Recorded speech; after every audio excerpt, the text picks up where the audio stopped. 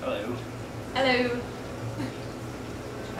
We did a gingerbread house creation this year, themed after Terry Redlin or Thomas Kincaid paintings. So we got a cabin and kind of a mountainous yet river and valley theme going on. And we each took on one building and we all kind of worked together on the landscaping and decorating.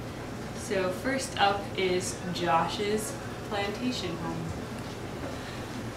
We did a plantation home slash ranch where we have horses, horse ranch, and pumpkin patch and cornfield, along with a oak grove row of trees into the plantation mansion, the JJR ranch. Inside is a 2-bedroom staircase, table, and stuff. That's all that's inside, with a lot of glass housing and a nice lake view on the other side. In our river we have a bunch of salmon, Swedish salmon, in our blue fondant and sugar river. And let's see, our big feature this year, big features are our mountain, our waterfall, our cabins, and our bridges, and our trees. And that's pretty much all. Everything. That's our big features. Somebody else get it. So if we follow the path from Josh's house across the bridge over yonder fields Through the river. through more forest, yeah, we come to a lake house which I created, and we have a little dock pier with a fishing boat who caught some salmon. As you can see, there's plenty of them. Got a rocky shore. Inside there's a little gingerbread man waving out, and there's also 2 Christmas trees which you can see from the other side of the house. And kind of a mixture of Thanksgiving and Christmas time. They have Christmas decorations up and some pumpkins. Got the oak grove, but we also got some pine trees going on. And that's about it. So off from my place you go to John's cabin. So the cabin is a little secluded at a higher elevation, approximately 2.3 miles north of Rachel's Lakeshore home. The cabin was fun because we baked it in individual logs, so it is actually stacked like a cabin. But because we did that, not everything lined up quite perfectly, but we made it work.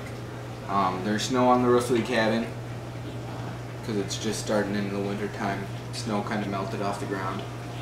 On the, let's see if that's north, then on the east side there is a fireplace, a chimney. There are some mountain goats there in my front yard. Yeah, climbing the hill. Same types of trees and things that everyone else has. Oh yeah, and Rachel made me a canoe and paddles for the deck.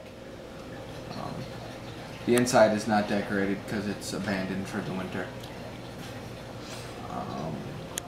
Then I guess we can talk about the mountain. On top of the mountain is a ranger observation tower.